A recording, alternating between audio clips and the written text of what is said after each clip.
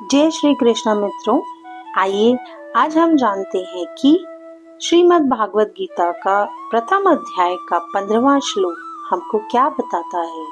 इसका हिंदी वर्णन क्या है, आइए आज हम सुनते हैं। पांचजन्यम ऋषिकेशो देवदत्तम धनंजयः पौंडुदद्मो महाशंखम भीमकर्मा वृकोदरः। अर्थात भगवान कृष्ण ने अपना पंचजन्य शंख बजाया। अर्जुन ने देवदत्त शंख तथा अति भोजी एवं अति मानवीय कार्य करने वाले भीम ने पौंड नामक भयंकर शंख बजाया। इसका तात्पर्य है, इस श्लोक में भगवान कृष्ण को ऋषिकेश कहा गया है क्योंकि वे ही समस्त इंद्रियों के स्वामी हैं।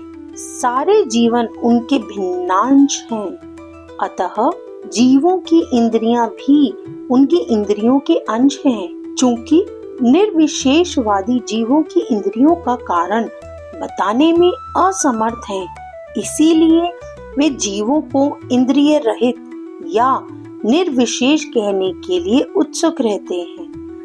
भगवान समस्त जीवों के हृदयों में स्थित होकर उनकी इंद्रियों का निर्देशन करते हैं, किंतु वे इस तरह निर्देशन करते हैं कि जीव उनकी शरण ग्रहण कर ले, और विशुद्ध भक्त की इंद्रियों का तो वे प्रत्यक्ष निर्देशन करते हैं। यहाँ कुरुक्षेत्र की युद्ध भूमि में भगवान कृष्ण अर्जुन की दिव्य इंद्रियों का निर्देशन करते हैं, इसीलिए उनको ऋषिकेश कहा गया है। भगवान के विविध कार्यों के अनुसार उनके भिन्न भिन्न नाम हैं। उदाहरणार्थ, इनका एक नाम मधुसूदन है क्योंकि उन्होंने मधु नाम के असुर को मारा था। वे गोवों तथा इंद्रियों को आनंद देने के कारण गोविंद कहलाते हैं। वसुदेव के पुत्र होने के कारण इनका नाम वासुदेव है। देवकी को माता रूप में स्वीकार करने के कारण इनका नाम देवकी नंदन है।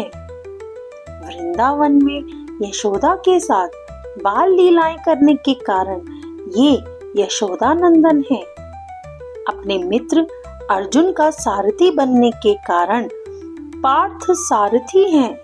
इसी प्रकार उनका एक नाम ऋषिकेश है क्योंकि उन्होंने कुरुक्षेत्र के युद्ध स्थल में अर्जुन का निर्देशन किया। इस श्लोक में अर्जुन को धनंजय कहा गया है क्योंकि जब इनके बड़े भाई को विभिन्न यज्ञ संपन्न करने के लिए धन की आवश्यकता हुई थी, तो उसे प्राप्त करने में इन्होंने सहायता की थी। इसी प्रकार भीम वृकोदर कहलाते हैं क्योंकि जैसे वे अधिक खाते हैं, उसी प्रकार वे अति मानवीय कार्य करने वाले हैं, जैसे हिडिंबासुर का वध। अतः पांडवों के पक्ष में श्री कृष्ण इत्यादि विभिन्न व्यक्तियों द्वारा विशेष प्रकार के शंखों का बजाया जाना युद्ध करने वाले सैनिकों के लिए अत्यंत प्रेरणाप्रद था।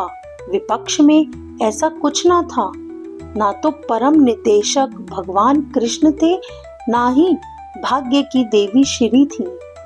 अतः युद्ध में उनकी पराजय पूर्व निश्चित थी। शंखों की ध्वनि मानो यही संदेश दे रही थी।